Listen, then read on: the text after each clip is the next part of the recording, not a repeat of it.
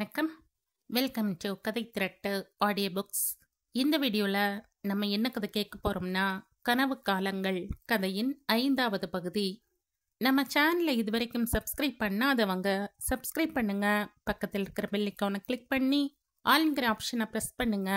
So that நான் போடுற கதைகளை உடனுக்குடனே நீங்கள் கேட்கலாம். வாங்க கதைக்குள்ளே போகலாம். பிரியா, உன் தங்கை போகட்டும். சின்ன குழந்தை, தப்பு பண்ணினாலும் மன்னிச்சிடலாம். உன் தாய், அவளுக்கு புத்தி வேணாம்? இந்த ஆத்துக்கு நான் எவ்வளோ செஞ்சிருக்கேன், அதையெல்லாம் இப்போ சொல்லி காட்டுப்படாது. இருந்தாலும் என்கிட்ட கூட ஒரு வார்த்தை சொல்லிக்காம இவளுக்கு எப்படி போக தோணித்து? பிரியாவின் மனதில் அவள் தங்கை மீதும் தாய் மீதும் வெறுப்பு ஏற்படுமாறு பேசினான் சிவா. அட என்ன விடு, நான் அந்நியன். எங்க ஆத்து பேர்ல ஜென்ம பகை. நீ என்ன பாவம் பண்ணினியாம்? நீயும் அவளோட மகதான? உண்டாகி இருக்கும் இந்த நேரத்துல உன்னை பத்தி அவ நினைச்சு பார்க்க வேணாம்? ஒரு கண்ணுல வெண்ணெய், இன்னொன்னுல சுண்ணாம்பு. இது என்ன நியாயம்? நீ எத்தனை ஆசையோடையும் அன்போடையும் ஓடி வந்த பிரியா. நான் எனக்காக கவலைப்படல, உனக்காகத்தான். அவனது வார்த்தைகள் பிரியாவின் மனதில் விஷத்தை விதைத்திருந்தன. தாயின் மேல் வெறுப்பு. வீட்டை காலி பண்ணிட்டு போறான்னா எந்த அளவுக்கு அவ துன்பம் அனுபவிச்சிருக்கணும் என்று யோசிப்பதற்கு பதில் தன்னிடம் கூட சொல்லாமல் ஏன் போனார்கள் என்று சிந்திக்க தோன்றியது பிரியாவிற்கு. தலை எடுத்து விடுவேன் என்று யாரும் மிரட்டினார்களா?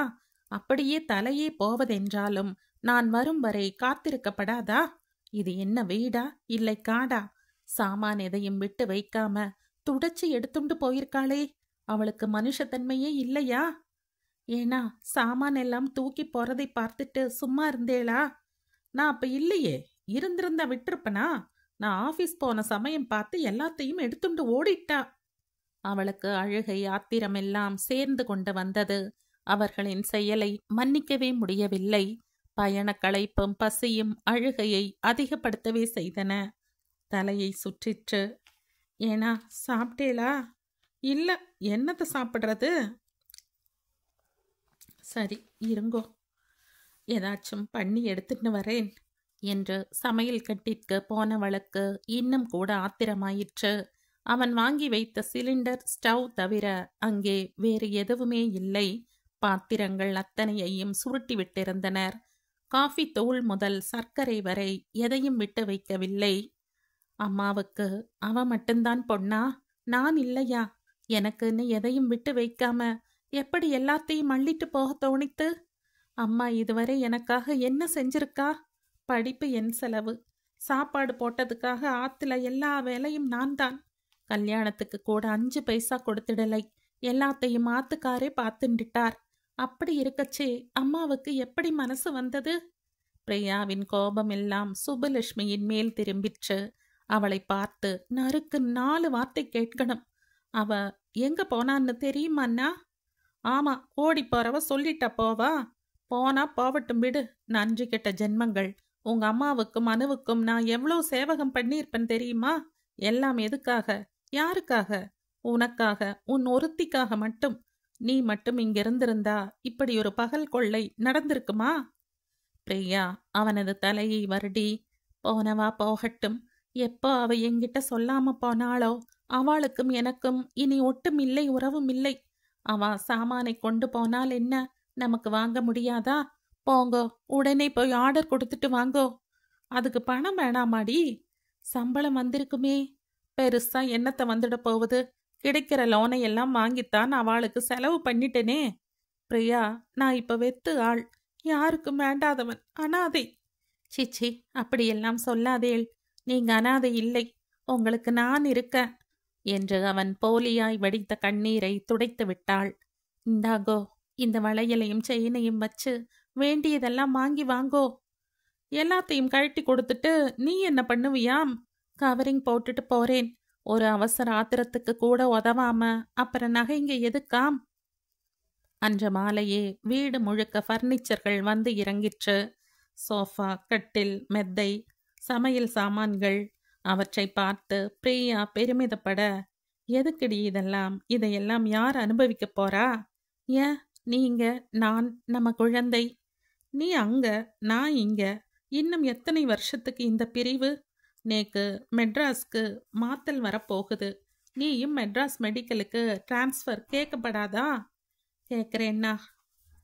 அன்று ஹாஸ்டல் ரூமில் அமர்ந்து பிரியா ரெக்கார்டு புக் தயார் பண்ணி கொண்டிருந்தாள்.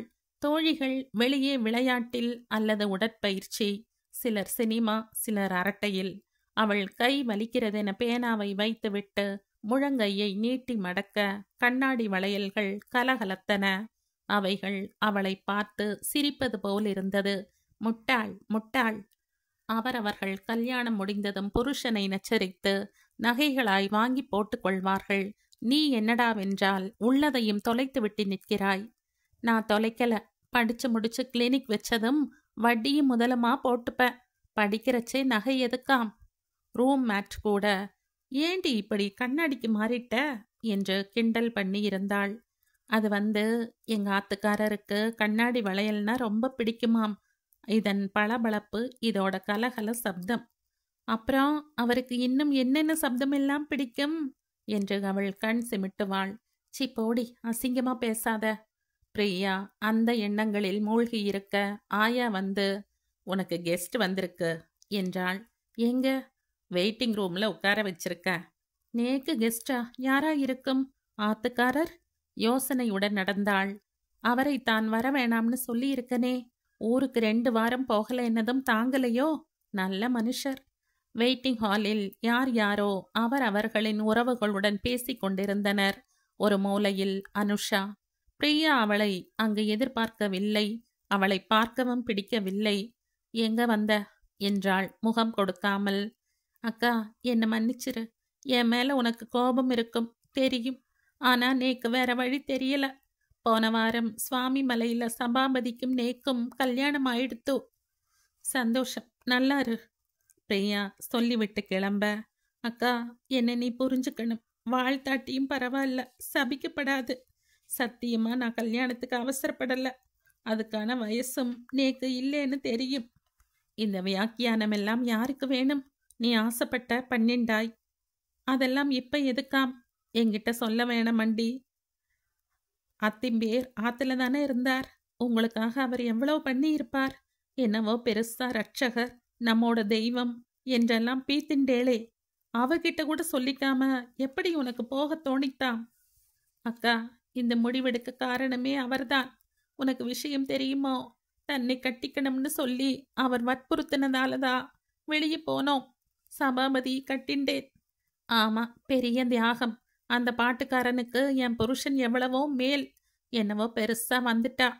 அக்கா, நான் சொல்றது கொஞ்சம் வேணாம். நீ எதுவும் சொல்ல வேணாம். நான் எதுவும் கேட்க தயாரா இல்ல. நீக்கு படிக்க வேண்டியது நிறைய இருக்கு. வர. எத்தனை முயற்சித்தும் கூட பிரியாவுக்கு தன்னை சமாதானப்படுத்தி கொள்ள முடியவில்லை. அனுஷாவையும் மன்னிக்க முடியவில்லை. மறுவாரத்தில், பிரியா, நீ 1 வாரம் லீவ் எடுத்து உடனே வரணும் என்று சிவா கடிதம் எழுதியிருந்தான். என்னவோ ஏதோவென்று அவள் லீவ் எடுத்து புத்தகங்களுடன் கிளம்பினாள். அவளுக்கும் கொஞ்சம் ஓய்வு தேவைப்பட்டது. ரிலாக்ஸ். அந்த 1 வாரத்தில் ரிக்கார்டுகளை எல்லாம் முடித்து விடலாம். சிவாவுக்கும் திருப்தியாய் சமைத்து போடலாம். நாமும் ருசியாய் சாப்பிடலாம். ஆசையோடு வீட்டிற்கு போனவளுக்கு ஏமாற்றம். அங்கே மறுபடியும் வீடு காலி. வாங்கி போட்ட பர்னிச்சர்கள், கட்டில், படுக்கை எதுவுமே இல்லை. சிவாவிடம் கேட்க, எல்லாத்தையும் எங்க ஆத்துக்கு அனுப்பிட்டேன் என்றான் அலட்டி கொள்ளாமல். ஏன்? நான் இல்லாதப்போ உன் தங்கை மறுபடியும் எல்லாத்தையும் கொண்டு போயிடக்கூடாது பார், அதுக்காகத்தான். என்னன்னா நீங்க? நம்ம சாமானை அவ எப்படி? அதுக்கு நான் சம்மதிச்சிருவனா? உன் சம்மதத்தை கேட்டுண்டா முன்பு கொண்டு போனா அது வேற விஷயம். திரும்ப அவ இங்க வந்தால் காலை ஒடிச்சிட மாட்டேன். போங்கண்ணா.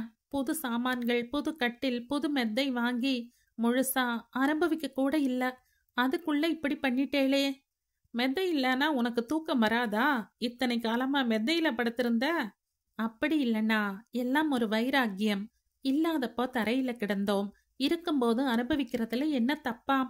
அது போகட்டும். எதுக்கு என்னை லீவு எடுத்து வர சொன்னேலாம்? சொல்றேன். டில்லியில நேக்கு வெங்கடாச்சலம்னு ஒரு பெரியப்பா இருக்கிறது சொல்லியிருக்கேன்ல. ஆமா, அவர் ரொம்ப வசதியானவர். சொகுசு பேர் வழி.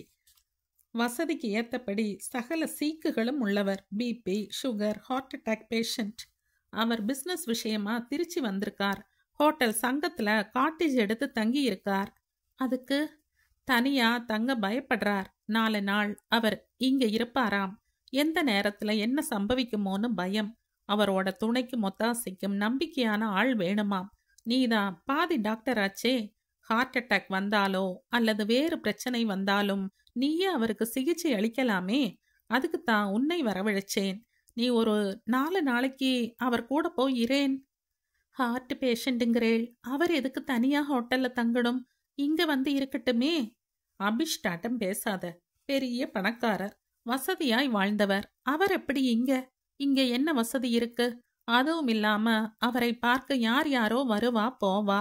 அவள் எல்லாம் என்ன நினைப்பா? அவருக்கு பணம் ஒரு பிரச்சனை இல்ல. ஹோட்டல் செலவை கம்பெனி ஏத்துக்குது. பெரிய மனுஷன். நம்ம கிட்ட ஒத்தாசை எதிர்பார்க்கிறதே நாம செஞ்ச பாக்கியம். உதவி கேட்கறச்ச எப்படி மறுக்க முடியும்? நேக்கு முடியல, சரின்னுட்ட. 4 நாள் தானே, அதுவும் ராத்திரி மட்டும் தானே. வண்டி வரும். ராத்திரி போயிட்டு காலையில வந்துரு. பிரியாவுக்கு மறுக்க தோன்றவில்லை. பெரியவர், பெரிய மாமனார், ஹார்ட் பேஷண்ட் வேறு. அவருக்கு சேவகம் பண்ணுவதில் தப்பில்லை என்று அவளுக்கு தோன்றியது. என் அப்பாவும் ஹார்ட் அட்டாக் வந்தவர்தானே. பெரிய மாமனாரை பார்த்துக்க வேண்டியது என் கடமை.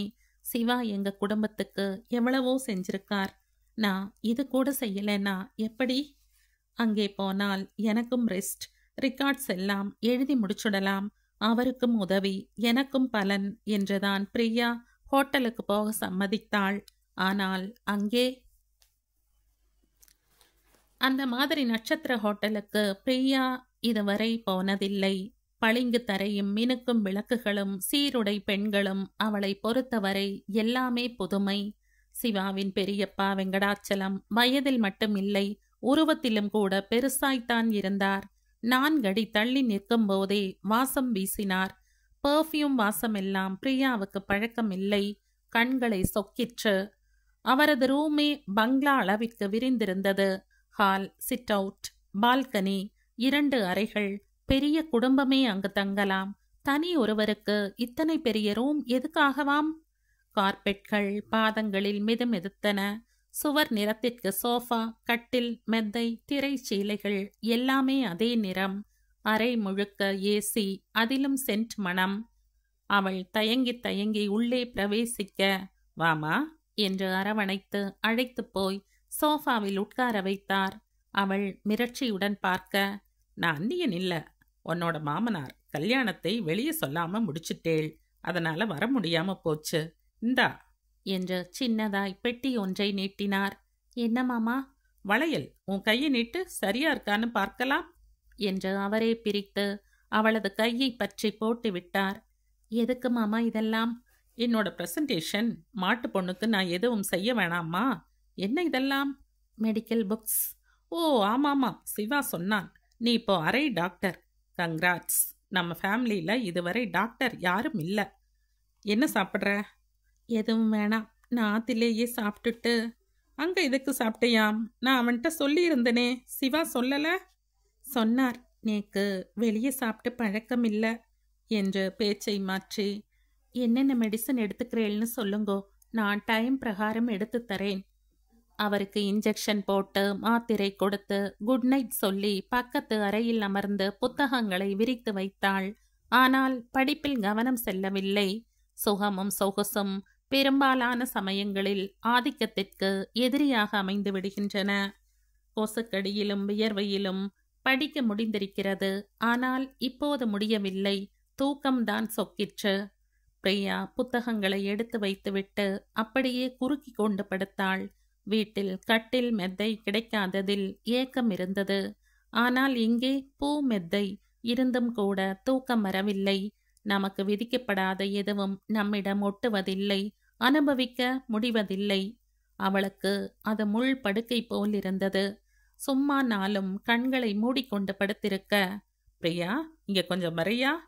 இதோ வந்துட்டேன் என்று ஓடினாள். என்ன மாமா? மாரெல்லாம் வலி. இருங்க, பிபி பார்க்குறேன். வேணாம், கொஞ்சம் பிடிச்சு விடு, சரியா போவும். அவள் அவருக்கு நேராய் குனிந்து சிரத்தையுடன் நெஞ்சு பகுதியை அழுத்திவிட அவர் சட்டென அவளை இழுத்து தன்மேல் கவிழ்த்து இறுக்கி கட்டிப்பிடிக்க பிரியா ஒரு நிமிஷம் ஆடி போய்விட்டாள். அந்த தாக்குதலையும் ஆக்கிரமிப்பையும் எதிர்பார்க்காததால் ஒரே தடுமாற்றம். ச விடுங்க, என்ன இது என்று தன் பலத்தை எல்லாம் திரட்டி அவரை உதறி தள்ளிவிட்டு ரூமை விட்டு வெளியே ஓடினாள். அவளுக்குள் படபடப்பு. என்ன காரியம் செஞ்சிட்டார்? மனுஷனா இவர்? மிருகம். வயசுதான் அதிகம், புத்தி இல்ல. ஹார்ட் பேஷண்டாம், சுகராம், பிபியாம். இப்படியெல்லாம் அயோக்கியத்தனம் பண்ணினால் அப்புறம் ஏன் வியாதி வராது? அவர் என்னடானா பெரியப்பா பெரியப்பான்னு உருகிறார். இங்க பெருசு அலையுது. இதெல்லாம் சிவாவுக்கு தெரியுமா? சொல்லிடுவோமா? வேணாம், சிவா கோபக்காரர். ஆவேசத்தில் ஏதாச்சும் பண்ணி வச்சுடுவார். வெங்கடாச்சலம் அத்தோடு நிற்கவில்லை. பிரியா, வெளியே நின்னா அசிங்கம், யாராச்சும் பார்ப்பா, உள்ளவா என்று அவளது சேலையை பிடித்து இழுக்க, சி நீ எல்லாம் ஒரு மனுஷனா என்று கத்திவிட்டு சட்டென படி இறங்க ஆரம்பித்தாள். ஓய், உன் புருஷன்ட்ட சொல்லுவேன். சொல்லுங்கோ. உன் புஸ்தகங்கள் வேணாமா? வேணாம் என்று தெருவில் இறங்கி ஆட்டோ பிடித்து வீட்டுக்கு போய் தன்னிடமுள்ள சாவியை போட்டு கதவை திறந்து உள்ளே பிரவேசித்தாள்.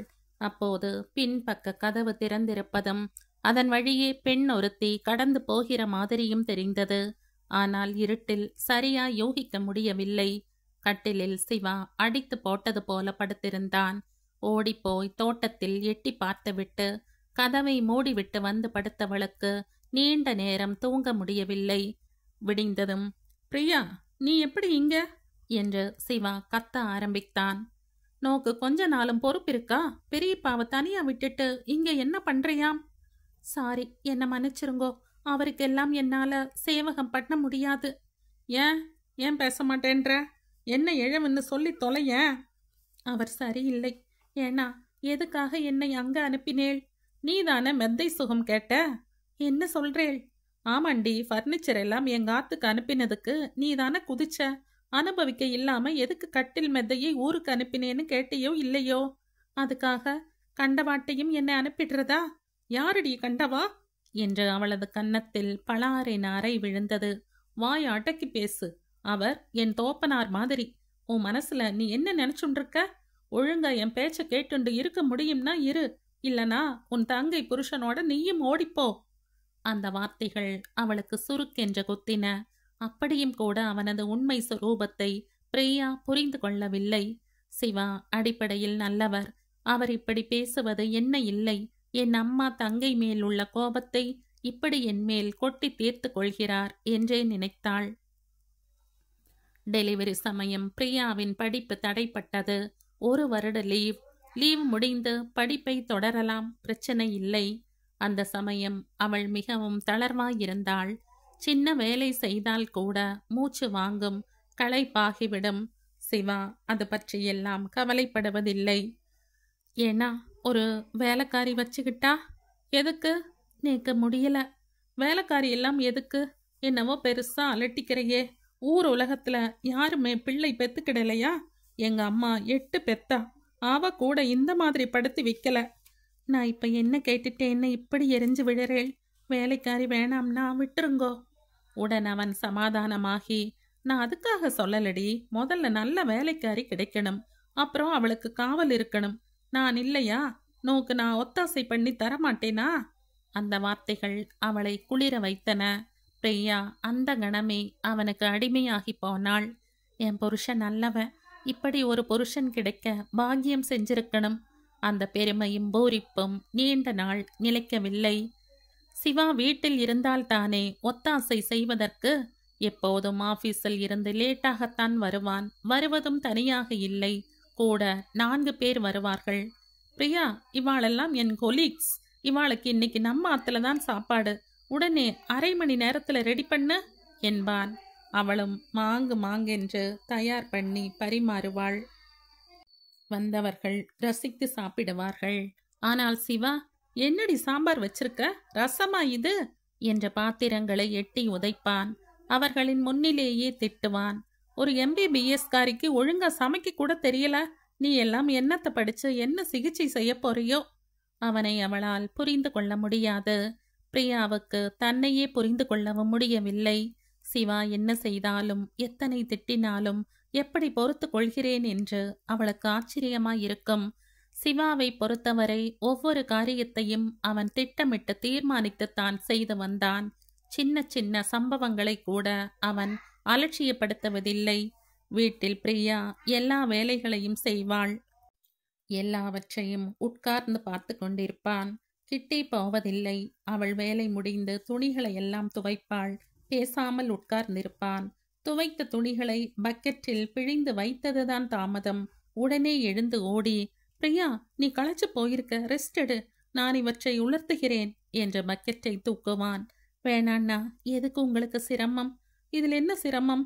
நேக்கு நீ எத்தனை பண்ணித்தர, இது கூட நான் செஞ்சு தரலனா அப்புறம் எப்படியாம்? போய் ரெஸ்ட் எடு.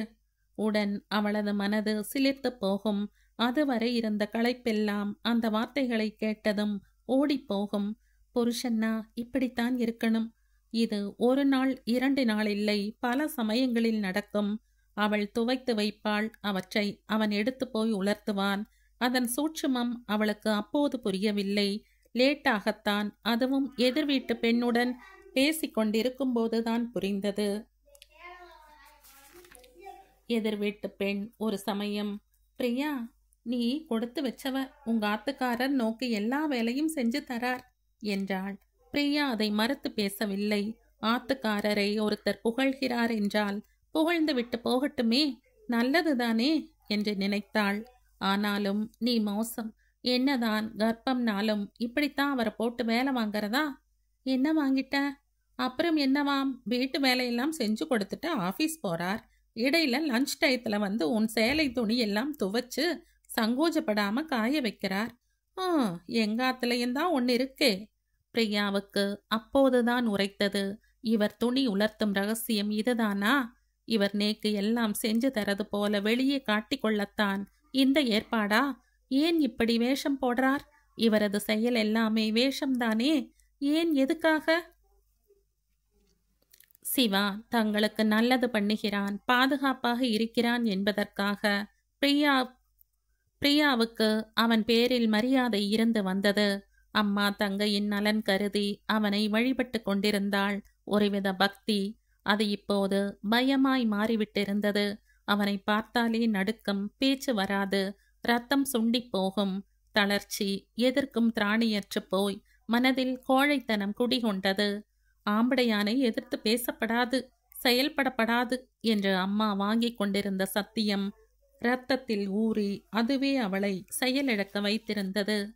ஒரு சமயம் கோயிலில் வைத்து பக்கத்து தெரு மாமி, உன் தங்கை எங்க என்று கேட்டாள். பிரியா தடுமாற, அவ யார் கூடயோ ஓடி போயிட்டாளாமே, கல்யாணத்துக்கு முந்தையே கர்ப்பமாகி கலைச்சுட்டாளாமே என்று மிகுந்த சந்தோஷத்துடன் விசனப்பட ஆரம்பிக்க அவளுக்கு நாக்கை பிடுங்கிக் கொள்ளலாம் போல் இருந்தது. எல்லாம் அறிந்து கொண்டே அறியாதது போல கேட்கிறாள். இந்த விஷயம் எப்படி வெளியே போச்சு? செய்யும் நல்ல காரியங்கள் வெளியே வருவதில்லை. கெட்டது வேகமாய் படர்கிறது, பரவுகிறது. அதை பருகுவதிலும் பகர்வதிலும் அப்படி ஒரு சுவாரஸ்யம், ஆனந்தம். எப்பேற்பட்டவருக்கும் உள்ளுக்குள் ஒரு அரிப்பு உண்டு. மற்றவாளை உரசி பார்க்கும் ஆர்வம், பிறரின் துன்பம் கண்டு சந்தோஷம். இவாள்லாம் மனுஷரே இல்லை, ஜந்துக்கள். டெலிவரி டைம் நெருங்க நெருங்க பிரியாவின் பயம் அதிகமாயிற்று. பெண்களுக்கு இந்த நேரத்தில் கட்டாயமாய் ஓய்வு தேவை. ஆறுதலும் அரவணைப்பும் அவசியம். அதுவும் முதல் பிரசவம் என்கிற போது வேண்டாத பயங்கள் தோன்றும். படபடப்பு. பிரசவம் நல்லபடியா முடியுமா? எளிதாய் நடக்குமா? இல்லை கஷ்டப்படுத்துமா? வலிக்குமா? தானே பிறக்குமா? இல்லை ஆப்ரேஷனா? அந்த நேரம் ரொம்ப ப்ளீட் ஆகுமா என்கிற மாதிரி அச்சம். அதை போக்கவும் எடுத்து சொல்லவும் பெரியவர்கள் தேவை. அந்த ஆறுதலும் தேறுதலும் நிச்சயம் தாயிடம் மட்டுமே கிடைக்கும். அதனால் தான் பிரசவத்திற்கு தாய் வீட்டுக்கு அனுப்புகின்றனர்.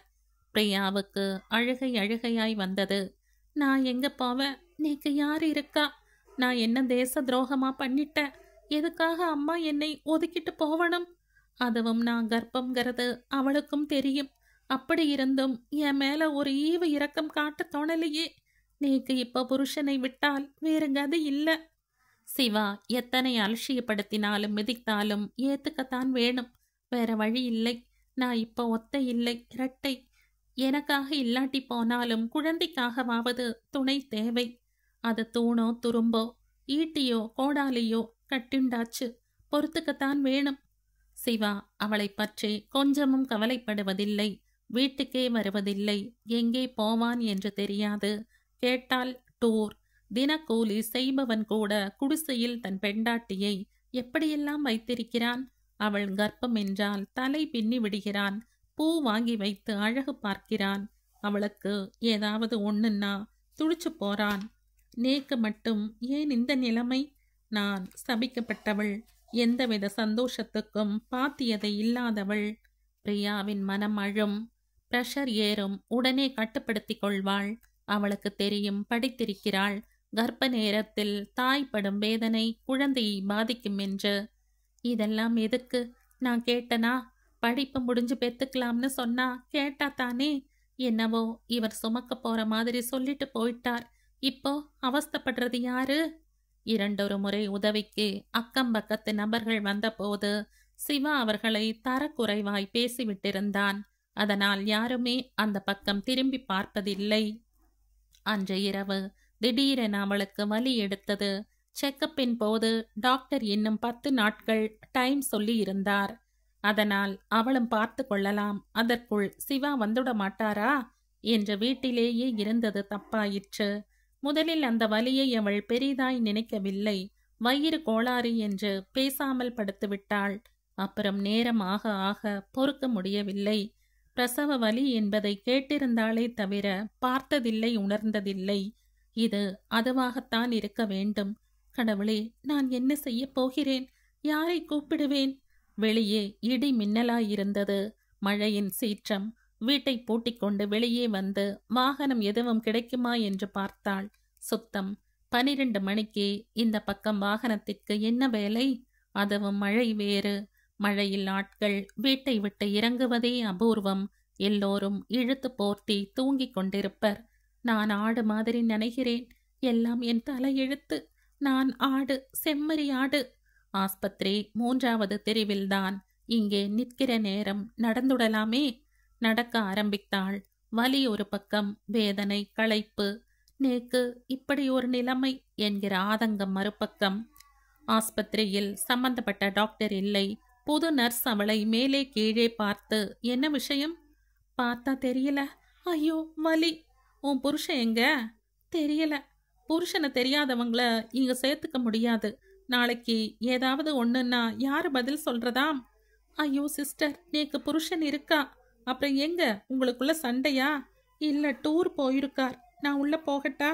இரு, உன் மூஞ்சியே சரியில்லை. நிஜமாலுமே நீ கல்யாணம் ஆனவதானா? சரி, புருஷன்தான் ஊர்ல இல்ல. துணைக்கு அம்மாவையாவது அழைச்சிட்டு வரலாம் இல்ல? நேக்கு யாரும் இல்ல, வழியை விடுங்கோ என்று உள் அறைக்குள் ஓடி கட்டிலில் விழுந்தாள். சில நிமிடங்களில் குழந்தை. அவள் மயங்கி போனாள். கண் விழித்த போது டாக்டர் அவளது தலையை வருடி, கவலைப்படாத, சுகப்பிரசவம் என்றார். அவளுக்கு நிம்மதியாயிற்று. குழந்தை எங்க டாக்டர்? உள்ள வச்சிருக்கோம். ஏமா, நீ டாக்டருக்கு படிக்கிறதா முன்பு சொல்லியிருந்தியே. உனக்கு விவரம் தெரிய வேணாம்? துணைக்கு யாரையாச்சும் வச்சுக்க கூடாது? நடுராத்திரி, மழை, இட்ஸ் டூ பேட். ஏமா இப்படி பொறுப்பில்லாம இருக்கீங்க? படிக்கலன்னா பரவாயில்ல, படிச்சவ உஷாரா இருக்க வேணாம்? தனியா எதுக்கு வர? குழந்தையை வாங்கறதுக்கு கூட ஆள் இல்ல. கேவலம் பிச்சைக்காரிக்கு கூட யாராவது துணை இருப்பா. எல்லாத்தோடையும் சண்டை போட்டுட்டு வந்துட்டியா? இல்ல டாக்டர். நான் கேட்குறேன்னு தப்பா எடுத்துக்க வேணாம். இது உன் புருஷனுக்கு பிறந்தது தானே? டாக்டர், அப்புறம் ஏன் அவன் வரல? அவர் டூர், பெரிய டூர். பெண்டாட்டியோட பிரசவ நேரத்துல டூர் போறவன் எல்லாம் ஒரு மனுஷனா? அவனுக்கெல்லாம் எதுக்கு கல்யாணம்? எதுக்கு குழந்தை? அந்த கேள்விகளுக்கு அவளால் பதில் சொல்ல முடியவில்லை. அழுகைதான் கொப்பளித்தது. இதே கேள்விகளைத்தான் நானும் எனக்குள் கேட்டுருக்கேன். பிரியா சமாளித்து கொண்டு, 2 நாள்ல அவர் வந்துடுவார் டாக்டர். சிவா வரவில்லை. அவள் காத்திருந்ததுதான் மிச்சம். டாக்டரையும் அவளுக்கு ஏறிட முடியவில்லை. அக்கம் பக்கம் அட்மிட் ஆகி இருந்தவர்களை பார்ப்பதற்கு யாராவது வந்து போய் கொண்டிருந்தனர். அவர்களுக்கு சாப்பாடு, பால், பழம் என்று ஏக உபசரணை. அவளுக்கு காஃபி வாங்கித் தரக்கூட ஆளில்லை. கேன்டீனுக்கு போய் வர உடலில் தெம்பில்லை. நர்ஸிடம் சொல்ல, உனக்கு வேறு வேலை இல்லையா என்று சீறினாள். அவர்களுக்கு தங்களின் வேலையையே பார்க்க முடிவதில்லை. அலுப்பு. அவளது உடல் பலகீனத்தை உணர்ந்து டாக்டர், உன்னை இப்ப டிஸ்சார்ஜ் பண்ண முடியாது. உடல் தேறுகிற வரை இங்கேயே இரு. ரொம்ப செலவாகுமே. செலவை விட உன் உடல் நலம் முக்கியமில்லையா? நீ யாரோ என்ன பிரச்சனையோ ஒரு வருங்கால டாக்டருக்கு வேண்டி உன் செலவுகளை நான் ஏத்துக்கிறதா முடிவு பண்ணியிருக்க. அவளுக்கு நெஞ்சு இளகிற்று. பார்த்து கொள்ள வேண்டியவர்கள் திரும்பி கூட பார்க்கவில்லை. சம்பந்தமே இல்லாதவர்கள் உதவ முன் வருகிறார்கள். உலகத்தில் நல்லவர்களும் இருப்பதால் தான் மழை பொழிகிறது. நர்ஸ் அவளது பல்சையெல்லாம் பார்த்துவிட்டு, ஏமா இப்படி சாப்பிடாம பட்னி கிடக்கிற? உனக்கு திரும்பி வீட்டுக்கு போகணுங்கிற ஆசை இல்லையா? இருக்கு, ஆனா சாப்பாடு வாங்கித்தர ஆள் இல்லை. இரு, நான் ஏற்பாடு பண்றேன் என்று அவள் வெளியே போனாள். அங்கே மரத்தடியில் அமர்ந்து பிச்சை எடுத்து கொண்டிருந்த வயோதிகனை அழைத்து வந்து, பிரியா, இனி இவன் உன்னை பார்த்துப்பான். என்ன அப்படி பார்க்கற? பிச்சைக்காரன்னா? இந்த உலகத்துல பிச்சைக்காரர்களா யாருமே பிறக்கறதில்லை. வசதி இருந்தா பணக்காரன், இல்லாட்டி பிச்சைக்காரன், அவ்வளவுதான். இப்போ உனக்கும் யாரும் இல்லை, இவனுக்கும் இல்லை. உனக்கு தேவை பராமரிப்பு, இவனுக்கு சாப்பாடு. உன் சாப்பாட்டுல பாதியை கொடுத்தீனா இவனோட மனசும் நிறையும், வயிறும் குளிரும். என்ன சொல்ற? சரிங்க. அப்புறம் இன்னொரு விஷயம், எதுக்கு இவ்வளோ முடி வச்சிருக்கையாம்? முடி இருந்தா சரியா பராமரிக்கணும், ஒழுங்கா குளிச்சு சுத்தமா இருக்கணும், பின்னிக்கணும். இல்லனா குழந்தைக்கு பாதிப்பு வரும். உன் பிசுக்கு அவனையும் பாதிக்கும். நேக்கு பின்னிக்க முடியல. அப்புறம் முடி எதுக்காம்? ஆள் அனுப்புற, மொட்டை போட்டுக்கோ. வேணாம் சிஸ்டர். ஏன்? எங்க ஆத்துக்காரரை கேட்கணும். ஆள் இருந்தால கேட்க. உன்னை நினைச்சா எனக்கு ஆத்திரமா வருது. பெண்டாட்டியையும் குழந்தையையும் பார்க்க ஆள் வரல. கட்டினவ மேல ஒரு பாசம் இல்ல, அன்பில்ல. அவனுக்காக நீ எதுக்கு பயப்படணும்? இது என்ன நியாயம்? இல்ல, நிச்சயம் நீ மொட்டை போட்டுதான் ஆகணும். பிரியா கண் கலங்கினாள். நேக்கு இப்படி ஒரு நிலைமையா? சாப்பாடு வாங்கித்தர பிச்சைக்காரன், தலை பின்ன முடியாமல் மொட்டை. ஏய், எதுக்காக அழற? முடி போனால் வளர்ந்துட போகுது. நீ இருக்கும் பலகீனத்தில் இது வேண்டாத சுமை. மனசுக்கு கஷ்டமா இருந்தா கோவிலுக்கு காணிக்கை கொடுத்த மாதிரி நினைச்சுக்க வேண்டியது தானே. அவளது தலை மொட்டையடிக்கப்பட்டது. அதை பார்த்து பார்த்து அவளுக்கு அழுகை பொங்கிற்று. சிவா ஒரு வாரமாகியும் கூட வரவில்லை. அவளை திரும்பி பார்க்கவும் இல்லை. அவன் இனியும் வருவான் என்கிற நம்பிக்கை போயிற்று. குழந்தையை நினைத்து பயமாயிற்று. எக்காரணம் கொண்டும் இது சீரழிந்து போகக்கூடாது. ஆத்துக்காரரும் இல்லை, தாய் தந்தையும் இல்லை, வருமானமும் இல்லாமல், ஆதரவுக்கு ஆள் இல்லாமல் இதை நான் எப்படி வளர்ப்பேன்? எப்படி படிப்பேன்? ஏற்கனவே பாதி கிணறு தாண்டியாயிற்று. இன்னும் 2 வருடம் கஷ்டப்பட்டு பட்டம் பெற்றுவிட்டால் அப்புறம் யாரையும் நம்பி இருக்க வேண்டியதில்லை. எங்காவது வேலை தேடிக்கொள்ளலாம், அல்லது சொந்தமாய் பிராக்டிஸ் செய்யலாம். அதுவரை நான் நின்றாக வேண்டும். வாழ்க்கையை வென்றாகணும். வெல்வேன். அதற்காக என்ன செய்ய போறேன்? பிரியா யோசித்து கொண்டிருக்கும் போது டாக்டர் வந்து, நீ மெடிக்கலை எப்படி முடிச்சாகணும் இல்ல என்றார். ஆமாம் டாக்டர். அப்புறம் குழந்தை? அதுதான் எனக்கும் புரியல. பேசாம ஏதாவது ஆசிரமத்துல விட்டுடேன். எத்தனையோ நல்ல நல்ல சேரிட்டி எல்லாம் இருக்கு. இப்ப விட்டு படிச்சு முடிச்சதும் திரும்ப வாங்கிக்கலாம். என்ன சொல்ற? டாக்டரின் யோசனை அவளுக்கும் சரி என்றே பட்டது. எங்க ஆத்துக்காரர் கேட்டா? அவரைத்தான் ஆளையே காணமே. அப்படியே கேட்டாலும் நான் பாத்துக்கிறேன் என்று டாக்டர் ஆர்பனேஜ் வார்டனை அழைத்து வர, சிவா அந்த நேரம் பார்த்து அங்கு வந்து விட்டான். அதுவும் சும்மா இல்லை, இடி மின்னலோடு. இந்த கதையின் தொடர்ச்சியை அடுத்த பதிவில் கேட்கலாம். நன்றி.